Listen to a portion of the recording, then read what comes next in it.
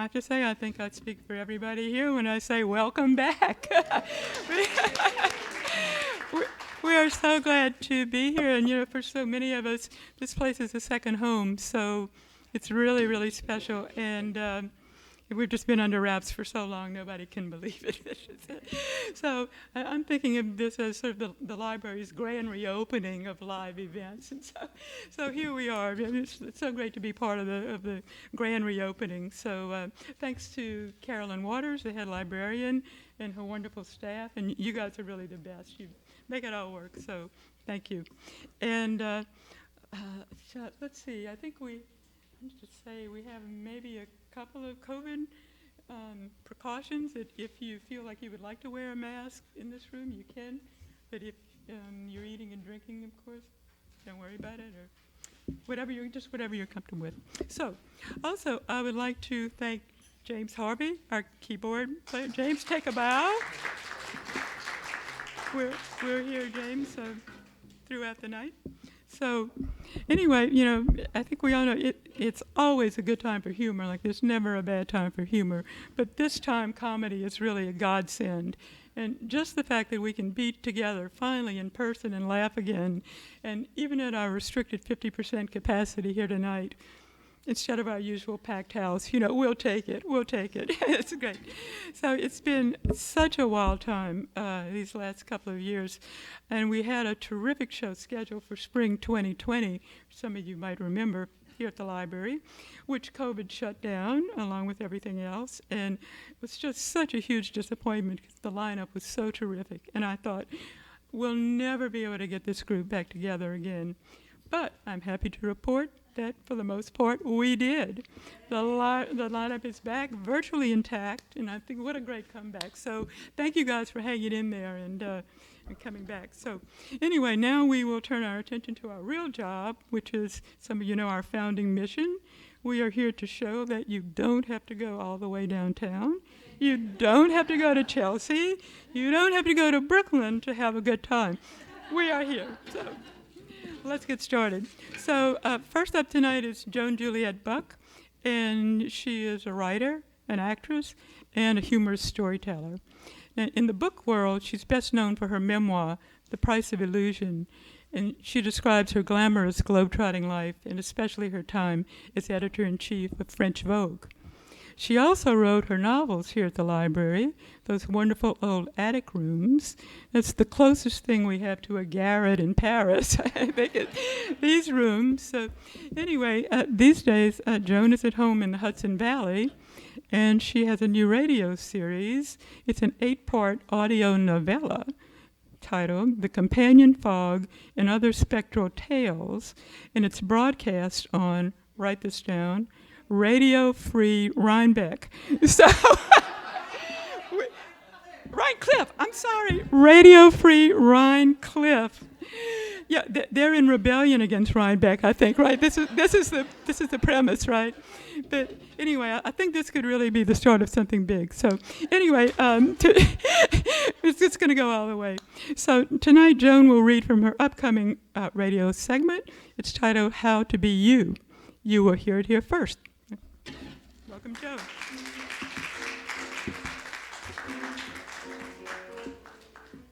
Thank you, and what an honor to be here. How great. Thank you for being here.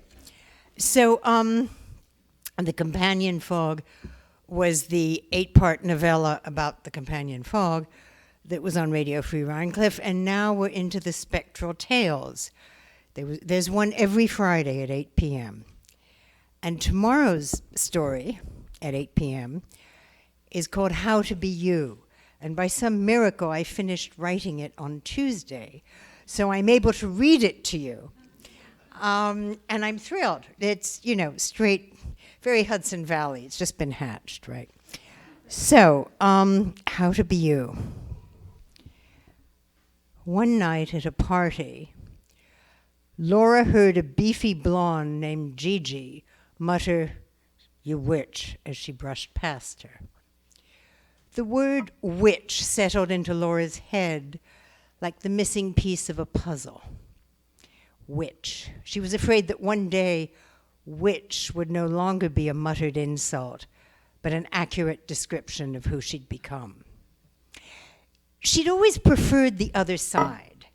In her teenage years, Laura had been mesmerized by the glass on the Ouija board as it spelled out the names of people she didn't know and warnings that never came true. A Christmas gift, the coffee table book of astrology, steered her away from these low-life spirits and into the mathematical rigors of the ephemeris, the essential directory of the motions of the planets.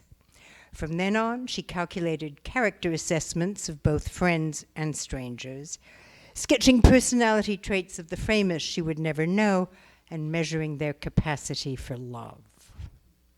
She spent evenings honing her astrological craft to the detriment of skills that would have served her in the real world, where people meet people and flesh meets flesh. She held down a job in human resources, where there's a value to rapid assessment of personality traits. And she prospered there for years, all the while doing secret charts, until she was denounced for sins of omission. Now, Laura was better at reading the ephemeris than at defending her ass, so she was fired. The denouncer was that same beefy blonde who'd sneered at her at the party, her coworker, her friend, Gigi. It turned out that blonde Gigi had poisoned every other human resource department there was, so that one after the other, doors closed in Laura's face. It was over. Her city expenses could no longer be covered by savings, severance, and the distant prospect of a small pension. So Laura moved to Littleburg, a picturesque hamlet on a steep, hard fold in the Appalachian shale belt. Now, this was at the beginning of the century, so Laura quickly found an adorable wooden house for a song through the local real estate agency, Planks and Torpor. The realtor, Minnie Gonzalez of Planks and Torpor, explained that Littleburg was a hub of white witches. A good herbalist lived 2 houses away. A famous magus had once lived just across the street. And up the hill was Lucinda Lewis, the Lucinda Lewis, whose best-selling book, How to Be You, was teaching generations of readers the futility of attempting to be someone else.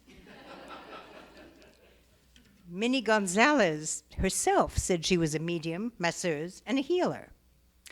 Now, there were no primary care doctors in the area, so Laura used the herbalist for colds and Minnie Gonzalez for everything else. The slow hamlet soothed her enough to allow Laura to entertain her secret dream, which was also her worst nightmare. Maybe now, in rural privacy, she could become a professional witch. But shouldn't she be trained? And by whom? Did she know enough? What were the rules? Was there a union? And what about imposter syndrome? One day, she spilled her bag of groceries into Lucinda Lewis, outside Oleander Health Foods, and found herself groveling around for satsumas and walnuts at the ankle of the best-selling sage. She stood up and declared, "I need to know how to be me." The great woman granted her a private counseling session. Lucinda Lewis sat her down in a pretty room and announced, "I'm no witch, but you may be." "You mean that's who I am?" asked Laura. Lucinda Lewis had maybe told her who she was. "You can do it," said Lucinda Lewis, who added, "But you should change your name. It makes it more convincing if no one's ever heard of you before." Laura nodded. She'd secretly been considering the name Celeste Granting, a wordplay on heavenly gift. "One last thing," said Lucinda Lewis. "Forsake revenge. It doesn't work for humans." As Laura left, Lucinda Lewis gave her a souvenir goose quill toothpick from Williamsburg. "Remember to always say thank you," said Lucinda Lewis. Laura, defensive, said, "No, I was going to thank you, I promise." "No," said Lucinda Lewis, "I mean, remember to always say thank you. That's the most important thing. Always, always say thank you." Soon after, Lucinda Lewis vanished from the hamlet, and Laura went about setting up shop. She bought a second-hand ochre yellow Subaru, shoved her business suits into closets to feed the moths, gave away all her city heels, and at the Diwali boutique up the road in Burgerberg, bought herself some incense, 2 muumuus printed with mystical flowers, and a score of scarves. She renamed herself Celeste Granting and posed for a photo wearing a muumuu, draped in a couple of gold-flecked scarves in front of a lamp that also wore a scarf. Laura Celeste launched into reading runes, interpreting charts, and providing general white witch services to people in the area, who found her ad in the Hudson River Federalist and on selected bulletin boards. Laura Celeste didn't need much to live on, so she didn't charge a lot. She wanted to keep on the good side of the other side. Slowly and then more rapidly, her clientele grew, composed always of people who wanted answers. And she found the answers through logic, guesswork, and calculation of planetary positions. She liked to use a paper ephemeris instead of an online one. And Laura Celeste spent years promoting the positive side of every situation, shielding her clients from the negativity that might eat at their souls. She plowed along past the 2008 financial crisis, keeping local secrets and brewing the occasional half-gallon of all-purpose elderberry potion, through the years of seeming harmony into the years of liberal agony. Then COVID sent a surge of newcomers to Littleburg. The bleak present brought a whole new clientele, hungry for proof of a future. Laura Celeste suddenly became famous. By now, she had grown stout and countrified. The floral patterns on her muumuus faded by her cheap, brutal washing machine. Her hair always hidden under now aging gold-flecked scarves. Celeste Granting was the subject of an online profile. A regular guest on Bought the Farm, the Littleburg talk show, where locals shared their expertise with newcomers so wet behind the ears that they still wore leather shoes. She still charged very little, but she also accepted local cheese, sausages, wine, small parcels of real estate, chickens, handcrafted art, gifts of gratitude. Celeste was surrounded by gratitude, and the gratitude of others expanded her own gratitude. But in recent months, she'd felt a pull towards the dark side. A batch of her elderberry potion had unaccountably killed a mouse in her kitchen and a chipmunk in her backyard. Equally unaccountably, she kept the now poisonous bottle on the kitchen counter. Among the many exiles who moved north was a formerly overworked blonde HR woman now out of a job. The blonde. In the intervening years, she had lost 50 pounds, married a Norwegian, kept her husband's name after the divorce, and resorted to so much Botox that her shiny, stone-smooth forehead had grown a unicorn horn in its center. Her hair had gone from East Coast blonde to pure straw. Like all newcomers, she overpaid for a collapsing house, outfitted it with local sheep hides, and sat in her kitchen overlooking half-dead deciduous trees while doing anagrams on her phone and crosswords on her laptop as a woodpecker drummed at her fake wooden shutters. Littleburg was hell. She made an appointment under her married name with the local seer, Celeste Granting. The two women met, Laura Celeste, large in a billowing muumuu, at a table with a pot of tea, a mug, and a Mac, and a brand new ephemeris of the planets, facing a skinny blonde with a face as smooth as an egg, a unicorn bump right between her brows.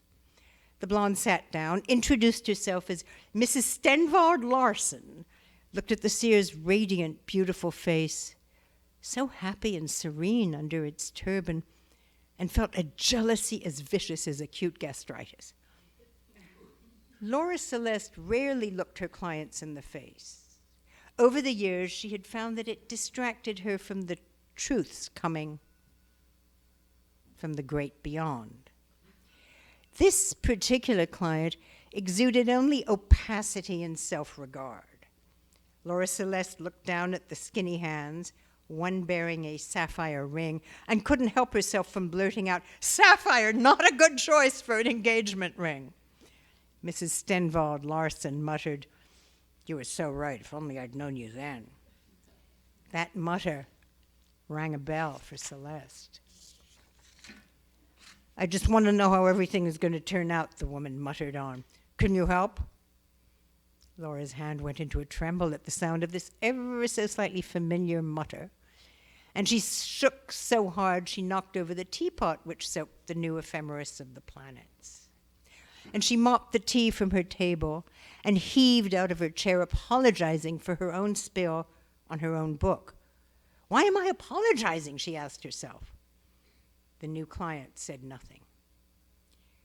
Laura Celeste put on another kettle of water and retrieved the old ephemeris from the bookcase in the hall. Lord, it was the same book she'd had since she was a teenager. The kettle whistled. As she returned to the kitchen carrying the book, Laura Celeste asked, "What is your birth date? Day, place, hour?" "March 12, said the client with the year. Laura opened the book to that year, that month, and there in the margin, level with the 12th, written in the thick, innocent writing of her youth, was the name Gigi. A quick glance around the kitchen door to the table. The egg face with its Botox horn was no clue, nor was the straw hair, nor was the tiny body, nor was the name with its sapphire ring. But yes, this was her nemesis, the once beefy blonde Gigi, thinned down and come to seek her advice. Laura Celeste felt rage and hatred and revenge rise through her body, much like lava rises in a volcano. Hot and friendly, burning, primed to erupt, she thought, "I have you now." On her counter, she glimpsed the half bottle of the poisonous batch of elderberry potion. She returned to the table carrying only her pot of tea, trembling, steadied her hands to pour herself a cup, and took a sip of her own tea. The client said, "Could I have a glass of water?" And now she was asking for a glass of water? What next? Thought Laura Celeste. The woman who called her a witch now needed her services as a witch. She'd show her what a witch was. Laura Celeste heaved herself back into the kitchen, swiftly poured the elderberry potion into her dirtiest glass, and returned. "It's a local cordial," she said. "I make it myself." She set the glass on the table between them and for the first time met her client's eyes. Eyes don't lie. The client, Gigi the blonde, opened up to Laura Celeste like a flower opens to the sun.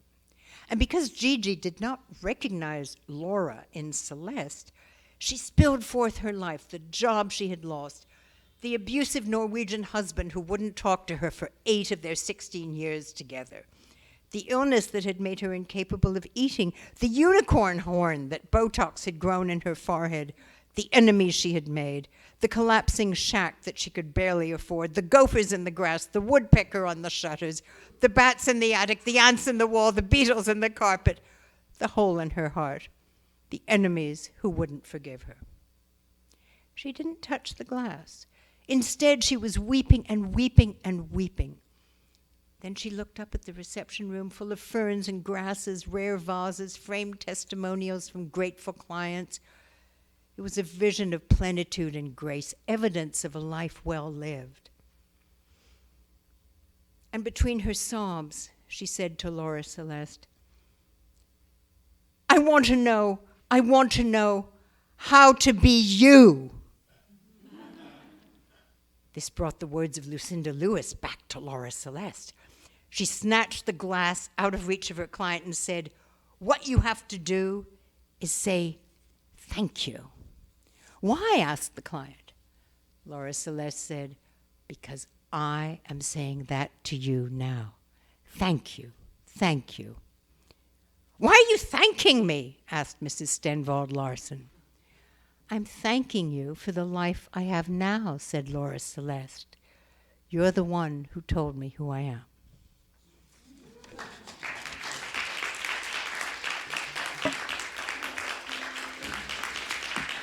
Thank you for listening and being wonderful.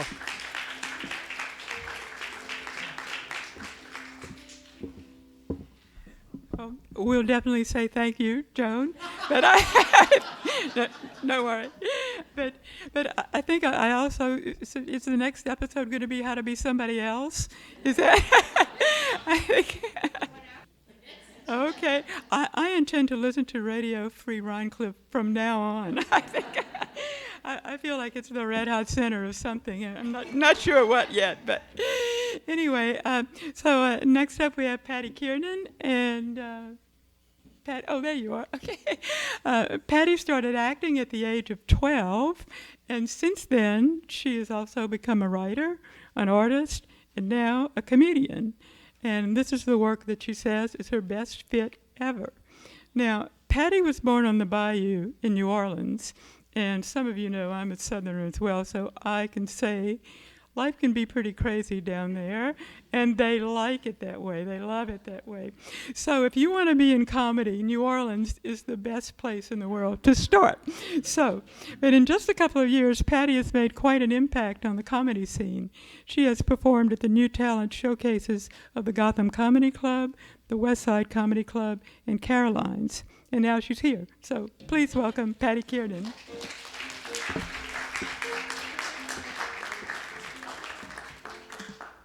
Thank you so much. I'm so happy to be here. I'm actually just really happy to be out of the house because I am a middle-aged suburban mom. In my neighborhood, we just call that an alcoholic. Actually, I don't even drink anymore. Having a kid will drive you to drink. Have 3 kids and you'll drive yourself to rehab. I started drinking when I was really young because I had social anxiety. I was terrified in a social situation I was going to do or say something to embarrass myself. And drinking really helped with that. I still embarrassed myself, I just didn't remember it. I am in recovery. Yeah, I'm not happy about that either. The hardest thing about getting sober, though, was I lost all my drinking buddies and I had to make new sober friends, which is not easy to do at my age. But I am happy to say that I've made 2 new friends, 2 wonderful women who have really helped me in sobriety, Betty Crocker and Sarah Lee. I grew up in the 70s. That was back when we called it like it was, right? We called it the 70s. Yeah, I wrote that joke myself.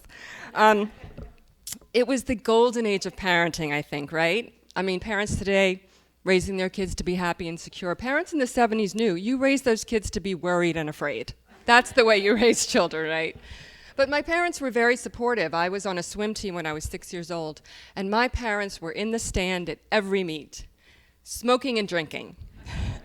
But they did cheer me on. You know, I think their cheers were a lot more constructive than parents today. Today, parents are like, nice try, you can do it. My parents, swim faster, you're losing. Actually, both of my parents are lawyers. And then my mom became a judge. So now, whenever I talk to my mother, I try to have my father present. I was thinking the other day, you know, they're always talking about what separates the men from the boys, but they never say what separates the women from the girls. I think it's chin hair.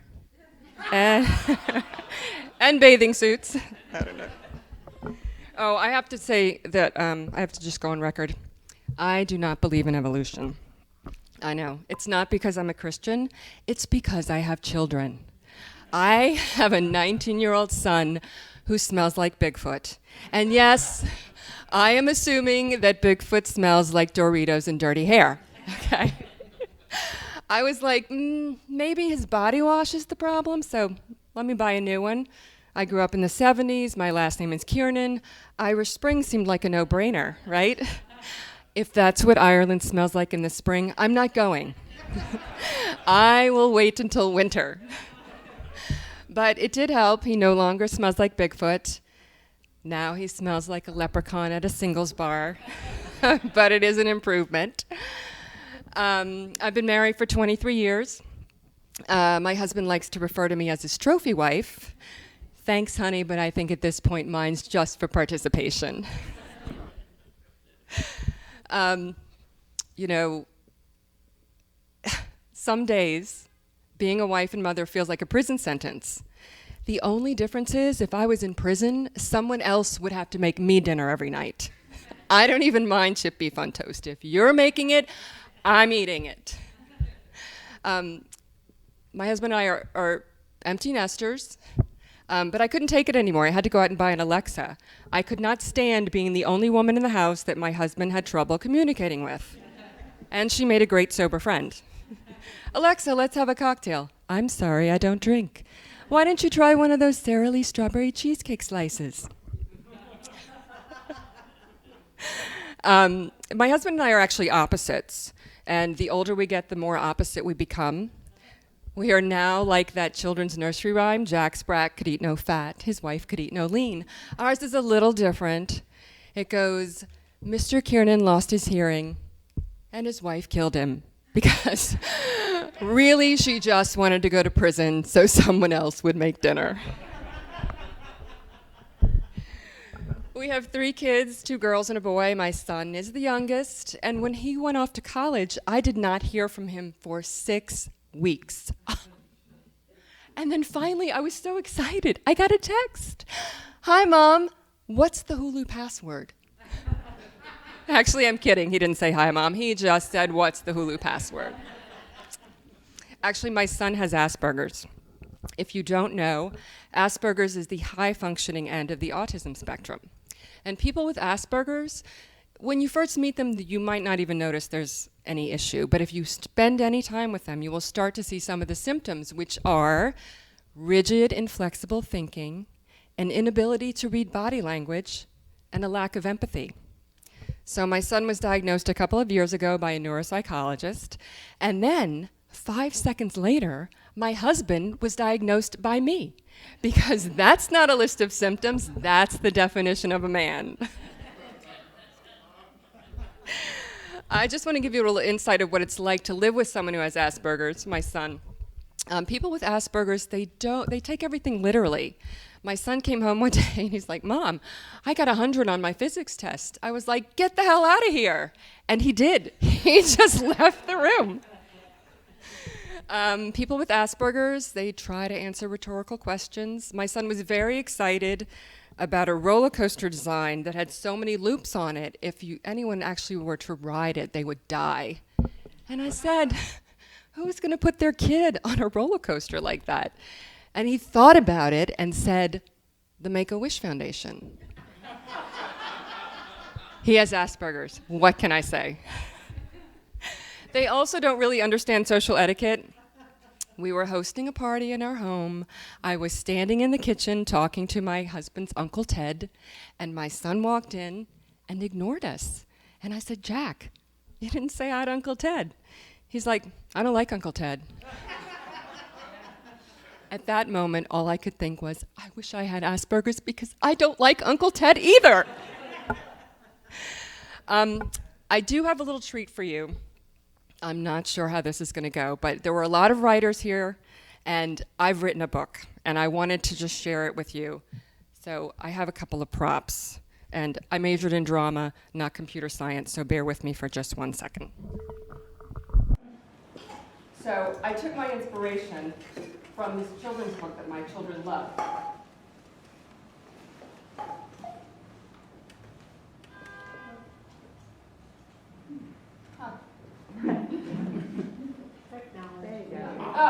You know this book, If You Give a Mouse a Cookie? Mine's a little different. If you give Mommy a margarita. If you give Mommy a margarita, she's going to want an extra shot of Cuervo to go with it. When she drinks the shot of Cuervo, she's going to want to dance on the bar. When she's up on the bar, she's going to see the karaoke. And she'll insist on singing her favorite song,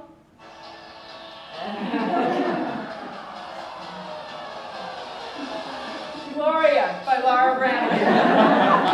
Singing Gloria will remind her of the ice skating scene from Flashdance and her childhood dream of being a roller figure skater. And she'll decide to do a skating jump off the bar, which won't end well. And she'll have to leave the bar, go home, and sleep it off. In the morning, she's going to feel really, really bad.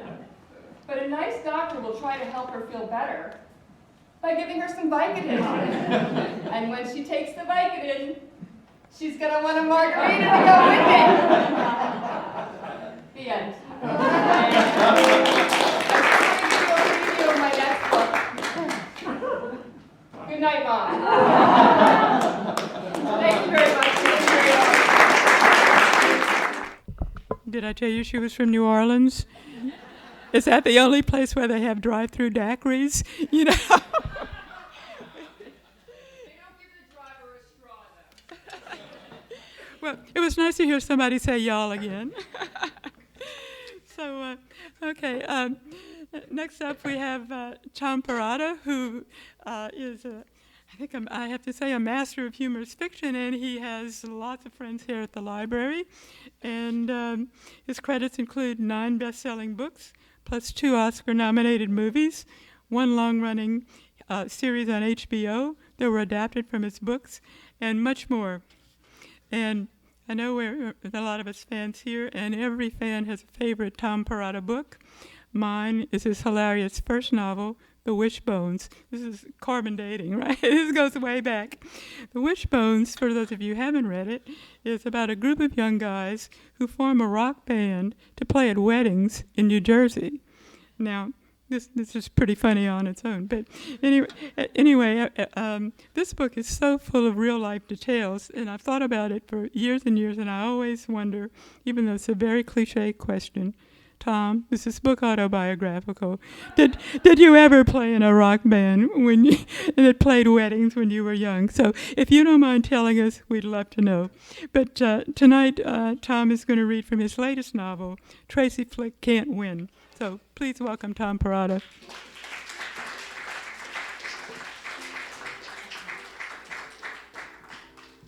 I don't like Uncle Ted either. So thank you, Sydney. I play in a band now. We have not graduated to weddings. We did a couple of what's called Porch Fest in suburban Massachusetts recently. But so if I had come here in March of 2020, I would have been really funny. But you know, a year and a half creates a lot of changes in people, and one of the things that I did during the pandemic was I wrote a sequel, which is the first time I've ever done this. I always used to just say never. You know, people would ask, well, would you write a sequel of this or that book? And it had no interest for me at all. But for some reason, I was thinking a lot about Tracy Flick, who's the character from my novel Election that became this sort of iconic movie that's regularly featured in lists of movies that are better than the book.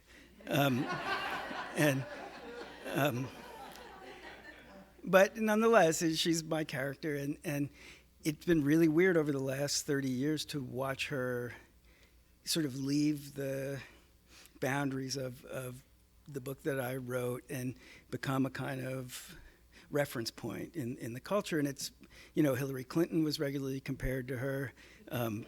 People like Sarah Palin, right now Kirsten Gillibrand, Elise Stefanik, any New York senator or congresswoman apparently will get compared to Tracy Flick. And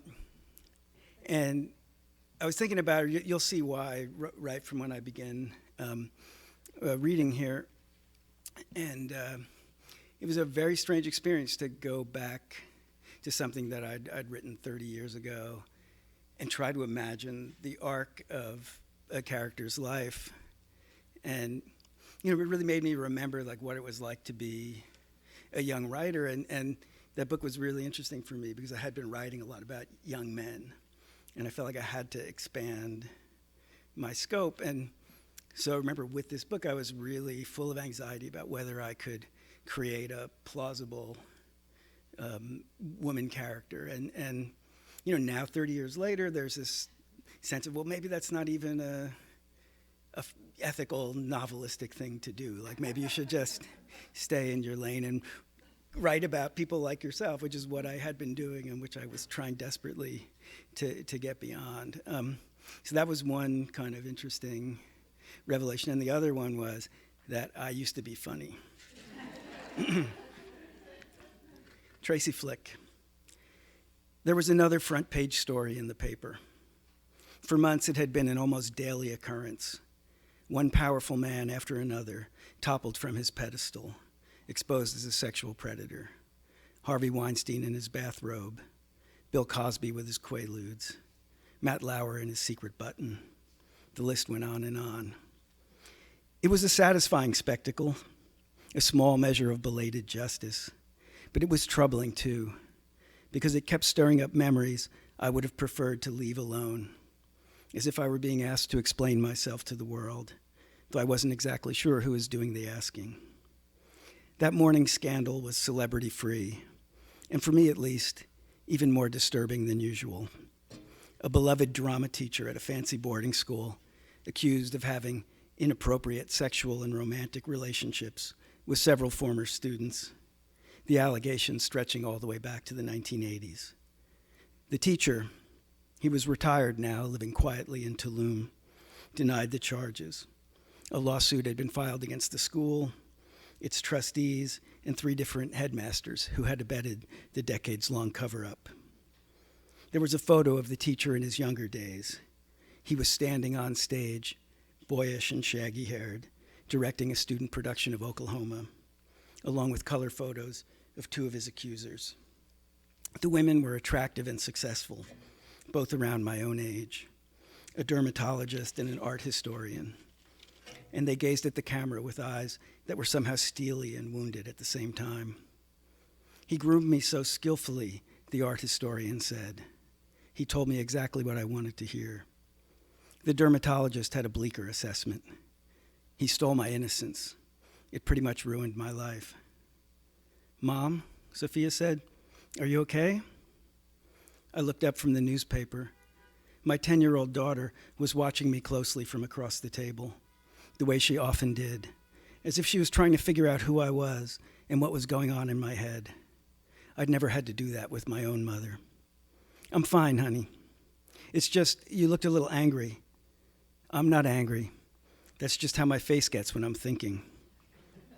She considered this for a second or two, then wrinkled her nose. There's a name for that, she said. It's not very nice, though. So I've heard. I glanced at the wall clock. Finish your oatmeal, sweetie. We need to get moving. Aside from the handful of people who knew about it at the time, my mother, the principal, my guidance counselor, I never talked to anyone about what happened to me in high school. Until the past few months, I hardly even thought about it, because what was the point? It was ancient history, a brief, misguided affair. That's the wrong word, I know, but it's the one I've always used, with my sophomore English teacher. A few regrettable weeks of my teenage life. We made out a few times and had sex exactly once. I realized it was a mistake, and I ended it. My life wasn't ruined. I didn't get pregnant, didn't get my heart broken, didn't miss a step. I graduated at the top of my class and went to Georgetown on full scholarship. It was Mr. Dexter who couldn't handle the breakup and kept pestering me to get back together. My mother found a note he wrote on one of my essays. It was a little unhinged, and she went to the principal, and Mr. Dexter vanished from the school and from my life. It was all very sudden and surgical. I guess you could say the system worked. As a grown-up, as a parent and an educator, I had no doubt that what he had done was wrong and that his punishment was just. In the privacy of my own heart, though, I couldn't manage to hate him for it or even judge him that harshly. There was a mitigating factor at work, an extenuating circumstance. It didn't exonerate him exactly, but it made him less culpable in my eyes, more worthy of sympathy or compassion, whatever you want to call it. That circumstance was me.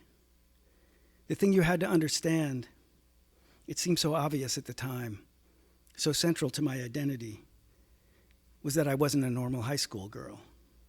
I was unusually smart and ambitious, way too mature for my own good, to the point where I had trouble making friends with my peers, or even connecting with them in a meaningful way. I felt like an adult long before I came of legal age, and it had always seemed to me that Mr. Dexter had simply perceived this truth before anyone else and had treated me accordingly, which was exactly the way I wanted to be treated. How could I blame him for that? That was my narrative, the one I'd lived with for a very long time, but it was starting to feel a little shaky. You can't keep reading these stories one after the other, all these high-achieving young women exploited by teachers and mentors and bosses, and keep clinging to the idea that your own case is unique.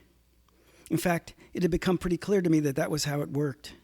You got tricked into feeling more exceptional than you actually were, like the normal rules no longer applied.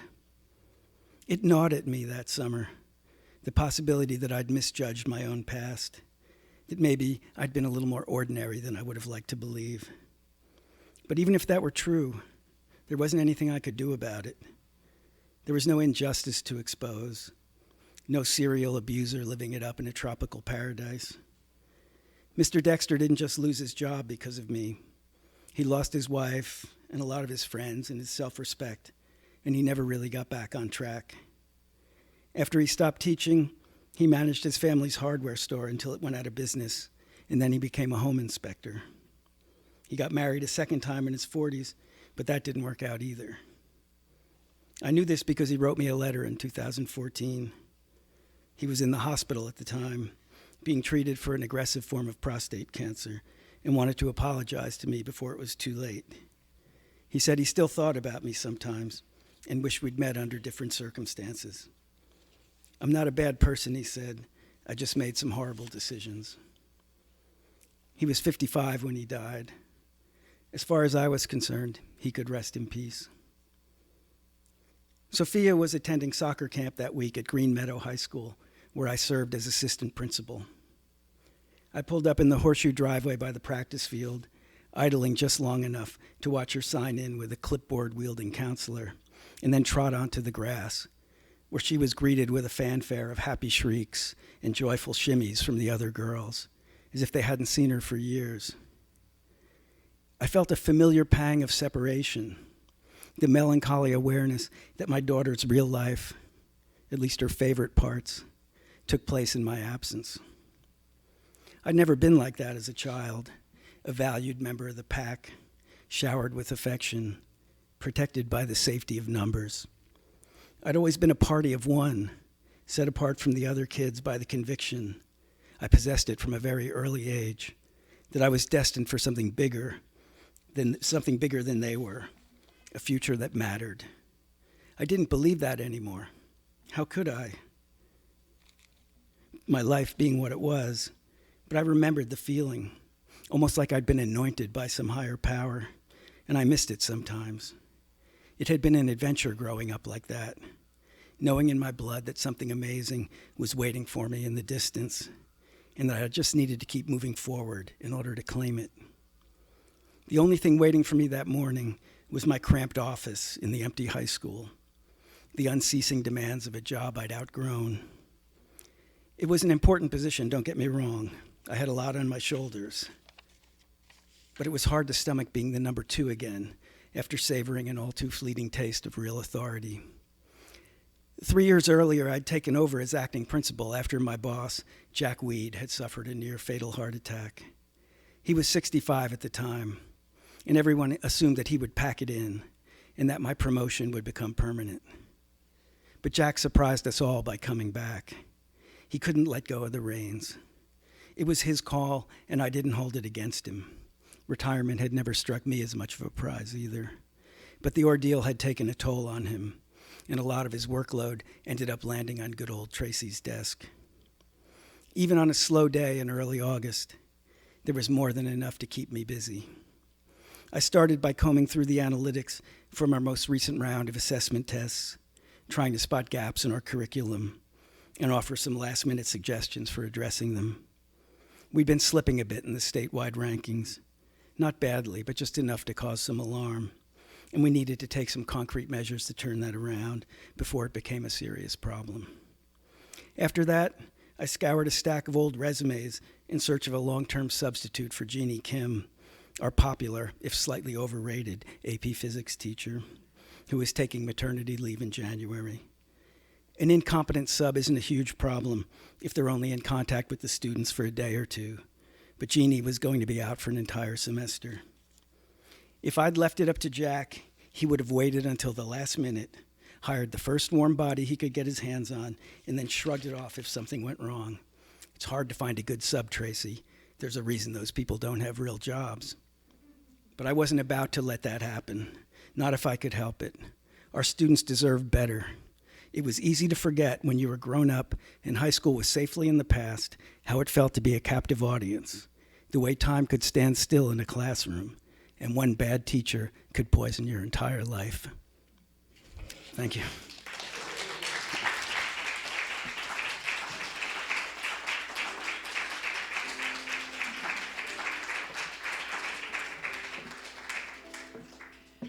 I think that's why we love your book so much, Tom. You always give us something to think about, along with the humor.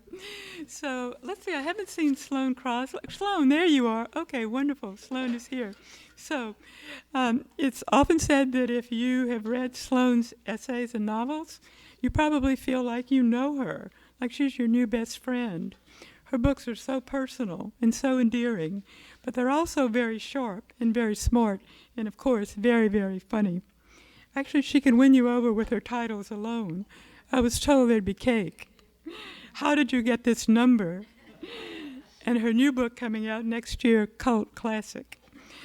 Tonight, Sloane will read from her newest story collection, Look Alive Out There.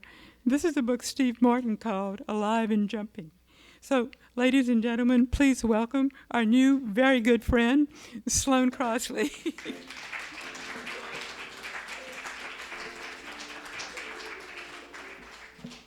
Hello, thank you. Wow, that was wonderful, and also wonderful to imagine Tracy Flick with a popular or well-adjusted daughter. It is such an amazing, delicious twist. Anyway, thank you guys for having me. Do I feel funny? Well, this book was written before, the fall of Rome. But so I'm going to read the beginning of a longer essay about my neighbors downtown. And hopefully, maybe you can read the whole essay at some point. The only thing to know is that I basically am in this sort of epic battle with them. And because of COVID, they were grounded and I was grounded. So we actually ended up having a lot of communication with each other after this story. Okay, this is called Outside Voices. We had a townhouse, but we weren't allowed to touch it. I had to be lifted up by the armpits to peer inside. The brick facade appeared to be cut from a single sheet, but if you look closely, you could see how my father had smeared cement onto miniature bricks with a butter knife. The townhouse was electric, too, modeled after its 1920s counterpart and outfitted with stained glass lamps and little editions of Moby Dick and Jane Eyre. There were even lights outside, brass sconces that framed the doorway and cast shadows on the perennially green hedges below. The house I grew up in is not like this. It's compact and boxy, built on a cement slab and encased in vinyl siding. Ours is one of two models of homes on the street. It's as if an architect approached the neighborhood the way you approach a child at mealtime, You're not supposed to ask a child to conjure an ideal dinner out of thin air. You're supposed to say chicken or spaghetti. The neighborhood itself is shaped like a ladle with 4 lines of streets cutting across the middle and one long one which bends before merging into some woods. My parents lived in the soup, surrounded by neighbors making an effort with koi ponds. My whole life, my parents refused to do the decent thing and pretend they couldn't hear every step I took. I have never been trapped in a bunker or a submarine, but I have to assume there's an understanding in these situations. These people would never survive. If I picked up the phone in the kitchen, my father's voice would come booming from the basement, asking who I was calling. If I unfolded a blanket in the den, my mother would shout down from the top floor, offering me a second blanket. If I passed their bedroom door, they would demand to know what I was up to, which seems harmless enough until you know the only room after their room was the bathroom. Thus, the townhouse became my platonic ideal of a house. It was always grand and peaceful. It stood in the corner of the living room, covered with a tarp like a bird cage. Light from the television would be visible to any tiny people living inside. They would be able to hear my parents' cries of, "What are you watching?" But there were no tiny people beneath the tarp, no eyes to see or ears to hear. No one to tell me that I would one day live in Manhattan, where if someone follows you around asking you who you're calling, you can have that person arrested. A couple of decades later, I was living in a railroad apartment in Chelsea, illegally subletting it from a friend's sister. The sister lived in Los Angeles, and I never met her, despite repeated offers to meet when I happened to be in Los Angeles. This was for her benefit, not mine. But I never heard back from her. I never heard from her at all, actually. One time the peephole fell out, a thing I did not realize that peepholes could do, just dislodge themselves and come thudding onto the floor like a car part. I wrote to her explaining what had happened. No response. Eventually, I taped the receipt for a new peephole to my reduced rent check, which she cashed without, well, you know. The second I saw her name appear on my phone, I knew I was getting evicted. Not wanting to stray too far from home, I paid a broker to find me a place nearby. In the easiest gig of that guy's already unchallenging career, he walked me 9 blocks south to a pre-war building. The broker unlocked the door to a 600-square-foot one-bedroom on the second floor that had been recently occupied by a boy. The clothes pole in the closet was missing. But the moldings were thick enough to double as bookshelves, and the view was unreal. Dogwood trees shaded a row of private backyards. Cherry blossom petals drizzled in the wind. A blue jay landed on the fire escape. It was the first apartment I saw. I could barely afford it, and I took it immediately. The West Village is a ridiculous place to call home. People with unseemly bank accounts spend thousands of dollars freshening their flower pots on their stoops. Rose bushes, hydrangeas, pansies, all exposed to marauding vagrants, except there are no vagrants, not even marauding ones. It's a generationally diverse area, but otherwise it's as removed from reality as a movie set. One of the houses visible from my apartment is owned by an elderly couple. The woman likes to tell guests how Hilary Swank used to climb the fence and exit through their house in order to avoid the paparazzi. Down the block and around the clock, people take photos of the facade of Carrie Bradshaw's apartment on Sex and the City. Submitting to their fate, the real owners have installed a donation box on behalf of a local animal shelter. These tourists' heads would explode like a bomb full of nicotine patches if they knew that Sarah Jessica Parker herself lives 2 doors down. I can't help but wonder what she feels when she walks past Carrie's building. It must be like driving past your high school, at once everything and nothing. I only cared about the celebrities the way all New Yorkers care about celebrities. I ignored them, or if they were especially famous, I congratulated myself for ignoring them. The real draw of the neighborhood was the quiet, and not just any kind of quiet. Here, in the heart of Manhattan, was a pod of that suburban silence that had eluded me as a child. Early mornings, I listened to the heckling of seagulls that strayed inland from the Hudson River. On warm evenings, a cellist sat on the street corner with his case open. When it rained, water pelted the leaves outside my enchanted treehouse. And then one day, the leaves dropped, and Jared came out. Jared lived in the townhouse directly behind my apartment. He must have been on summer vacation or touring Europe by colonial rickshaw when I moved in. Jared was between 15 and 18 years of age. It was impossible to tell. I could never get a good read on his height. His resting state was slouched in a lawn chair, watching viral videos on his phone at full volume. And I never heard him say stuff like, well, looks like I can be legally tried as an adult now, despite being someone for whom the distinction was clearly relevant. How do I begin to explain my relationship with this creature? Is it a relationship if you've never met?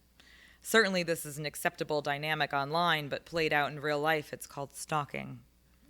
All 5 of the windows in my apartment faced Jared's house, and for as many years, I heard every word this kid said. I would like to tell you that his woes were typical of his age bracket: unrequited crushes, parental oppression, social strife. But Jared had no woes.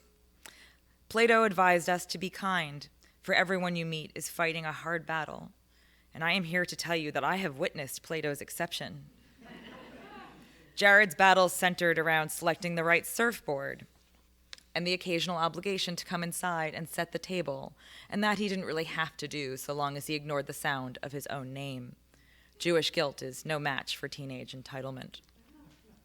I rarely saw the father, who was probably off somewhere devaluing my 401k.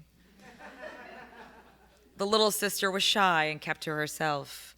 The mother was an upscale fashion photographer.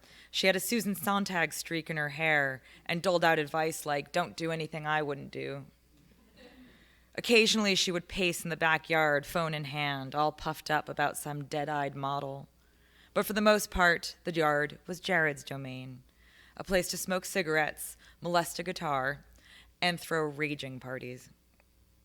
Now, lest you think I don't know what I signed up for by living on the most densely populated slip of land in America, rest assured that I do.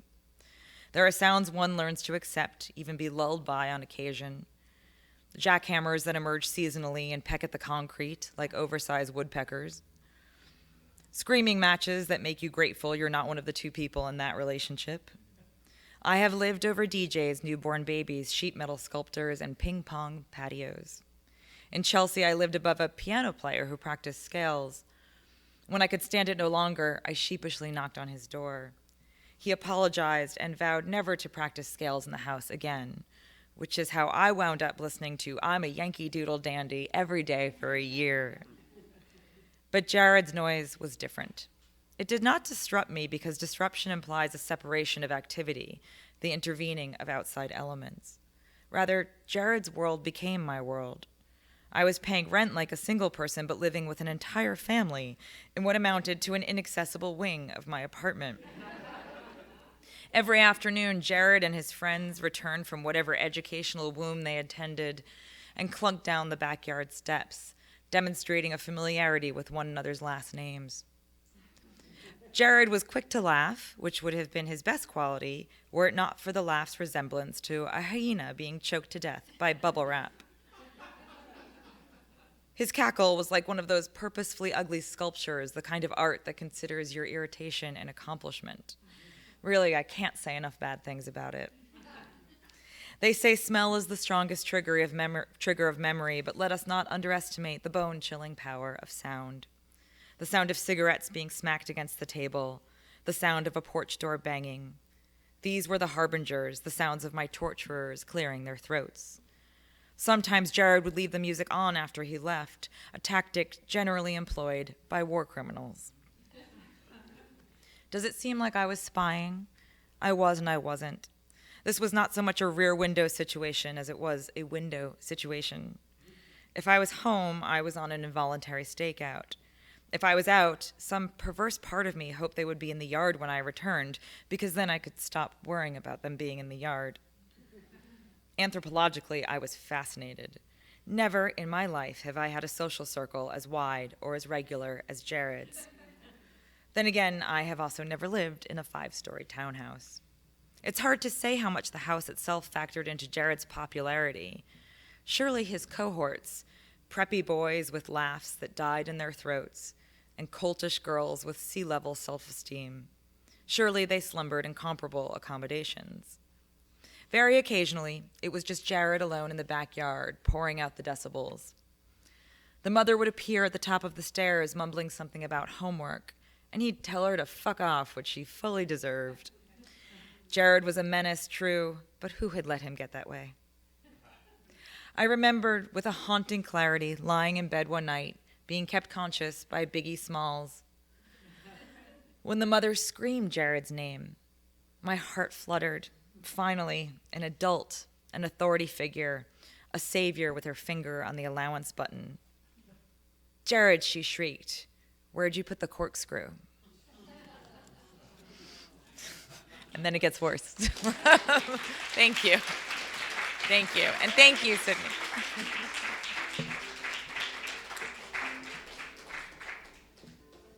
Oh, thank you, Sloane. That was wonderful. I don't know. I'm wondering, could Jared and Tracy Flick maybe ever get together in a fictional life? Yeah. Okay, it wouldn't work. Anyway, well, that wraps up our show tonight. I think, thank you guys. You have really put us in the mood to go into the new post-COVID world, laughing all the way. So thanks so much for being here, everybody.